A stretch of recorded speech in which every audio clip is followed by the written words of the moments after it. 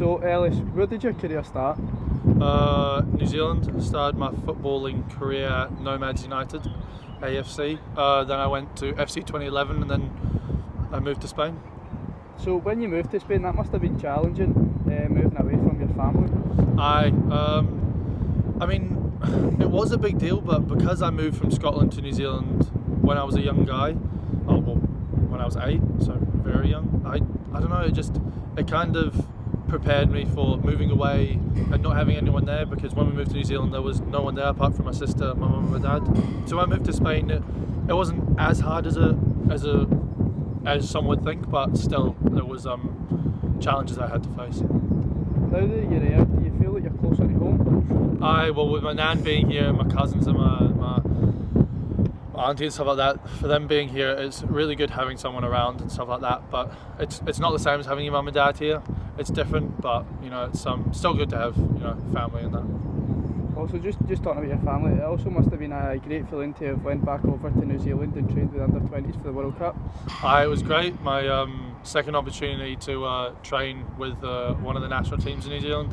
So it was a great feeling to put on the fern and have New Zealand football and have your number on the back. So hopefully I can get into the squad and make the World Cup. What did you learn from that experience? It's kind of humbling to realise that people actually look up to you from where you're from and what you're doing, because it's not an easy thing to do. Not many people can do it, because if everyone could, then everyone would do it. Yeah. But it's I don't know. It was challenging in the sense that obviously the weather was different. It was a lot hotter. We were training in 5 degrees, something like that, lower, and then when I went over, we were training in 26 plus degrees. So there was that, and there's also a bit of perseverance to learning different playing styles and learning how the coaches are, because every coach is different. So it was challenging in that sense, but it's a lot of psychological, because you're fighting against everyone in that team to get into that slot, especially for a national team. It's obviously even bigger. So just comparing United to New Zealand there, what have you learned, obviously being in the Air squad? I think it's taught me a lot from being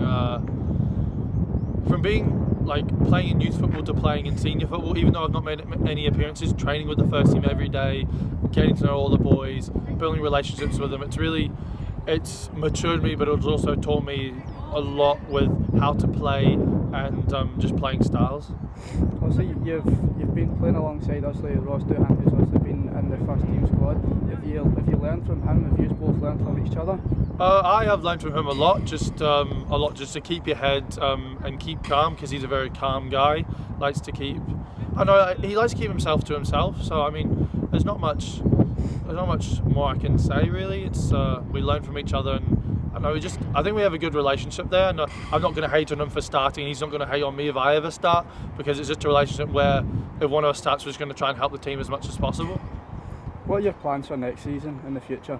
Well, there's some secret info that I can't disclose, so hopefully that'll come true. But in the summer, hopefully I'm at the World Cup squad. If not, then I'll just try and get as best as I can for next season. Thanks very much. No bother.